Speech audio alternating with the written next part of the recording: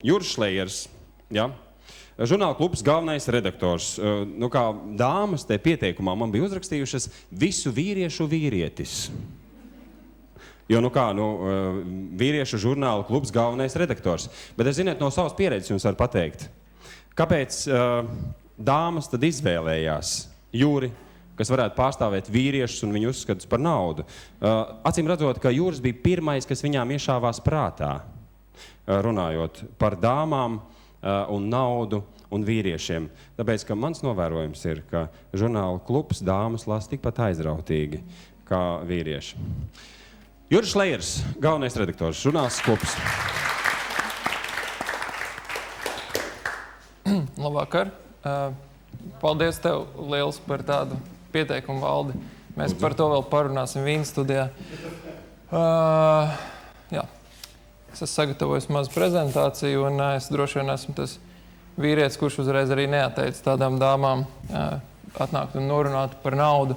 Kā jau es teicu Jolantai, tad man ļoti labi padodās izdomāt nosaukumus, bet ne īpaši padodās viņas piepildīt ar akadēmisku saturu, kā varbūt būs Spārīša kungam, tāpēc man ir šādas tādas atraktīvas lietas sagādāts no žurnāla klubs ikdienas, konkrētāk no lielajām intervijām, kur viena no tēmām ir nauda, protams.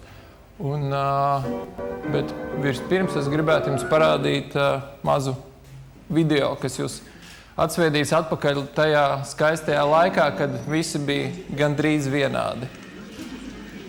Ой, девушка, пятно, смотрите, пятна не очищаются. Аккуратнее носить надо. Savu vietas vēlreiz.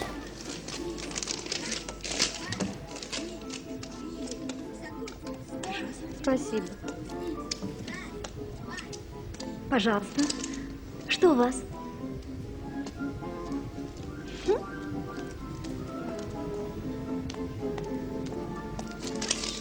Пожалуйста. Прошу вас. Что у вас? Костюм. Костюм? Костюм. Очень хорошо.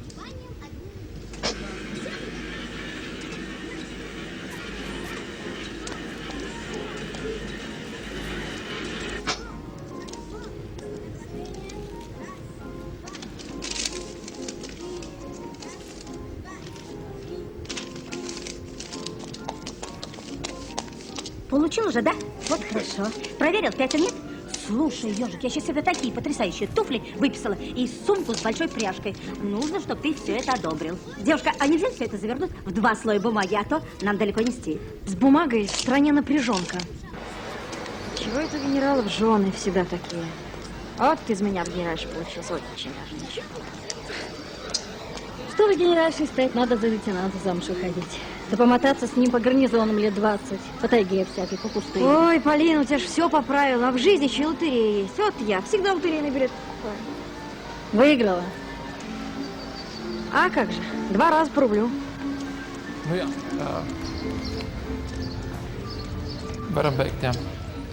Redziet, man likās šī mazā epizode no filmas ar fantastisko nosaukumu Maskava asarām netic. Ir lieliski tāda mums atgādinājums, ka nauda ir tikai papīrs. Dažreiz mums nevajadzētu aizmirst par to, ka nauda ir tikai papīrs. Un kopš tiem skaistiem laikiem ir daudz kas mainījies. Pasaule ir gājusi uz priekšu, un mēs esam mazliet gājuši uz priekšu. Man jums tāds ekspresa jautājums ir. Jā, jūs redzēt jautājumu. Jā. Uzminiet, kuram no viņiem ir nauda. Kāds zina atbildi? Vai nojaušat atbildi? Valdis ļoti pareizi atbildēja abiem, jo šis kungs ir viens no ietekmīgākajiem Formulā 1. Tiesa viņu no formulas izmet par kukuļošanu, un tā ir kārtējā viņa supermodeli. Bet, labi, ejam tālāk. Paldies Dievam, man ir amerikāņu kolēģi, kas vienmēr visu dzīvē dara pa punktiem un tā pa tēzēm, nevis tā kā mēs ieslīkstam tādās garās pārdomās un mēģinām rast atbildes uz jautājumiem, uz kuriem patiesībā nav atbilžu. Bet, visām tām ļoti cienītajām dāmām auditorijā, ir 6 punkti, kurus vēlētos vīrieši, lai sievietes zina par to, kā mēs attiecamies pret naudu. Man liekas, pirmais punkts ir ļoti labs, ekscelents punkts. To tiešām es jums ieteiktu ierakstīt Valdis gan teica, ka jūs nepierakstīsiet neko, bet ierakstiet šo punktu. Tas jums palīdzēs varbūt saprast vīriešus turpmāk un it sevišķi viņu attieksmi pret naudu. Interesantēm es šo slaidu varēšu iedot vēlāk. Bet es pie viņa nekavēšos, jo tas nav mans. Mani slaidi būs vēlāk. Bet tā kā es zināju, es pilnīgi biju pārliecināts, ka auditorijā būs arī vīrieši, kas būs iešmaukuši. Tā kā nākošais slaids ir veltīts vīriešiem. Savukārt jūs iegaumējat šo slaidu, šīs 7 lietas, ko amerikāņu sievietes vēlās pateikt vīriešiem un par naudu. Bet vispār runājot par vīriešu attiecībām ar naudu, tās nekad nav attiecības starp diviem elementiem, starp vīrieti un naudu. Vienmēr ir trešais elements, un tā, protams, ir sieviete pārsvarā, kas nostājās attiecībās starp vīrieti un naudu. Bet ejot tālāk, lūk, es esmu sagatavojis dažus spilgtākos citātus no pēdējā laika intervijām klubā. Es saprotu, ka tagad man ir pilnīgi bezjēdzīgi runāt, jo jūs visi ļoti uzmanīgi lasat, bet tas ir ļoti pareizi. No dažiem Latvijā ietekmīgiem cilvēkiem šis Raivis konkrēti cerams vēl būs ietekmīgs.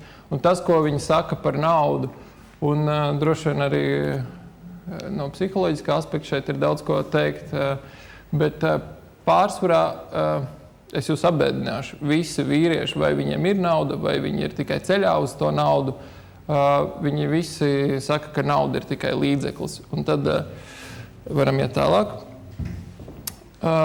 Tad mēs nonākam pie tā, dažreiz savās pārdomās, cik tad ir gana, pareizi. Bieži vien mēs par to domājam, cik tad ir gana. Nauda, kurā brīdī ir gana. Un mums bija ļoti interesanta saruna ar sociologu Freimanu tieši par šo tēmu, par bagātību un it kā par tiem foršiem laikiem, kur loterijā laimests bija rublis, un tas skaitījās, ka tu esi uzvarējis loterijā. Un dzīve, respektīvi diena bija izdevusies, ja tev izdevās dabūt otru papīra loksni. Lūk, un Freimaņa kungs mums saka, teiksim tā, ka mums ir tāda dubulta morāla, jo projām no vienas puses mēs ik viens gribam būt bagāti, bet tajā pašā laikā kaut kur tajās virtuves sarunās mēs nemīlam tos cilvēkus, kam veicās. Lai gan tālākajos slaidos jūs redzēsiet atziņas no vīriešiem, kuriem ir izdevies, teiksim, pārkāpt tam maģiskajam slieksnim miljonus, lai gan viņš droši vien šobrīd ir kaut kādā zināmā mērā devalvējies, ka nauda tomēr tiešām ir līdzeklis, nevis pašmērķis. Lūk, man patika ģenerāla Kalnmejera atziņas par naudu. Ļoti praktisks vīrietis, manuprāt. Tā atbilde par to, cik nozīmīgi ir nauda, tur man tiešām sirsnīgs cilvēks, viņš, kā mēs, teiksim, profesionāļu valodā runājam, viņš neiztaisījās, viņš tur nesāk domāt kaut ko, bet jūs redzat, pēdējā atziņa, lai nomaksātu rēķinus, tas ir diezgan būtiski, manuprāt. Jebkuram vīrietim, arī tajos amerikāņu slaidos, jūs varētu redzēt, ka rēķins vīrietim ir tas Damokla zobens. Ja viņš rēķinu nespēja samaksāt, tad tur droši vien kaut kas nav kārtībā. Ejam tālāk. Artūrs Irba, izlasiet joku. Tas, laikam, joks ir ne tikai uz Latviju šobrīd attiecināms, bet tas ir sen aizmirsts joks, ko globālā krīze, laikam, ir tā uzcēlusi virspusē atkal, ka šobrīd cilvēki precās ne tikai naudas dēļ, bet arī mīlestības dēļ. Un arī pat neviens, jāsaka, mūsu kluba intervijās 15 gadu laikā no cilvēkiem, teiksim tā, ar naudu, no vīriešiem ar naudu nekad nav teicis, ka tās ir gana. Un ka tagad ir kaut kāds mirklis, kad būtu jāsēž rokas klēpī salikušiem un nekas nebūtu jādara. Tas droši vien kaut kādā mērā ir pareizi. Un šeit ir ļoti skaisti. Valērijas Belakoņs, viens no valsts turīgākajiem cilvēkiem. Es varēju ielikt īsāk citātu, bet viņš bija tik skaisti pateicis par naudu un mīlestību, ka es atļāvos ielikt visu, lai jūs varat izlasīt. par naudu un miljoniem. Un, jā, ka tomēr, tā kā Aksels Munte rakstīja savā leģendārajā grāmatā Ceļš uz, nevis ceļš, bet stāsts par San Mikelu, kur ir Kilbuks kundzes fantastiska fotografija uz vāka. Es pilnīgi apskaužu jūs, es kādreiz arī tur vēlētos aizbraukt, kur arī Munte raksta par to, ka visas fantastiskās lietas dzīvē mums ir bez maksas, laba grāmata, suns un draugs. Jā. Lai gan grāmatas bez maksas īsti vairāk nevar dabūt, jā, Kilbuks kundze. Bet visas lietas, ko mums dzīvē nevajag, to mēs pērkam pa bargu naudu. Nu, un arī Belakoņa kungs to saviem vārdiem izstāsta. Jā, nu, cilvēks atomreaktors. Super. Nu, nauda kā instruments, nekas oriģināls, bet arī izmantojot ne īpaši oriģinālu atziņu, var tomēr uztaisīt naudu, vai ne? Bet, nu, fantastika. Tālāk. Jā, šī bija sirsnīga atziņa par 200,000 latu. Tā ir liela summa, teiksim, absolūtajos ciparos. Bet, nu, kas šodien ir nauda? Šodien ir, rīt vairs nav. Varbūt tur bija arī kaut kāda šeit jūs varat kaut kādu attieksmi par tiem pēdējiem gadiem just.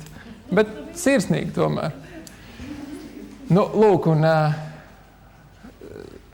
Sebbanka, jūs šo kungu jūs droši vien ļoti labi pazīstat, un es nevarēju noturēties un prezentācijā neielikt kādu no jūsu cienījumiem konkurentiem, un Māris Maņčinskis man patīk, ka jā, uzreiz jau tāda pirmā atbilde par to, nu, cik lielu vērību jūs piešķirat naudai, un tā viņš saka, nu, nauda nav izdzīvošanas jautājums, un kad mēs viņu turpinājām tīcināt, bet jebkuram taču gribās dzirdēt, aiz kura tad līmeņa sākās, ka tas nav izdzīvošanas jautājums. To viņš mums, protams, nepateica, vienīgi smaidīja, bet man patīk tā atziņa, ko viņš saka par finansiālo brīvību, ir tad, kad cilvēks var izvēlēties, vai viņš kaut ko darīs vai nedarīs, neatkarīgi no tā, cik viņš ar to nopelnīs naudas. Tas kaut kādā ziņā, man liekas, saskanēja ar Dalī, kurš teica, ka nauda tā ir brīvība. Un pa lielam es jums visiem novēlu nopelnīt tik daudz, ka jūs varat darīt jebko un nedomāt par to, cik tas jums ienesīs. Tālāk. Un šis ir tāds mans punkts uz I, kad es jautāju vienam cilvēkam, nu tad es esmu izdomājis foršu nosaukumu, bet kā lai viņu piepildu. Un lūk, manuprāt, ar šādu atbildu pilnīgi varētu staigāt uz tēkrēkla. Nu, ziniet, ir tā moderna uzdrukāt kaut ko uz tēkrēklēm, un šitais, man liekas, šī ir izcils formulējums, vai nauda ir attiecība cements.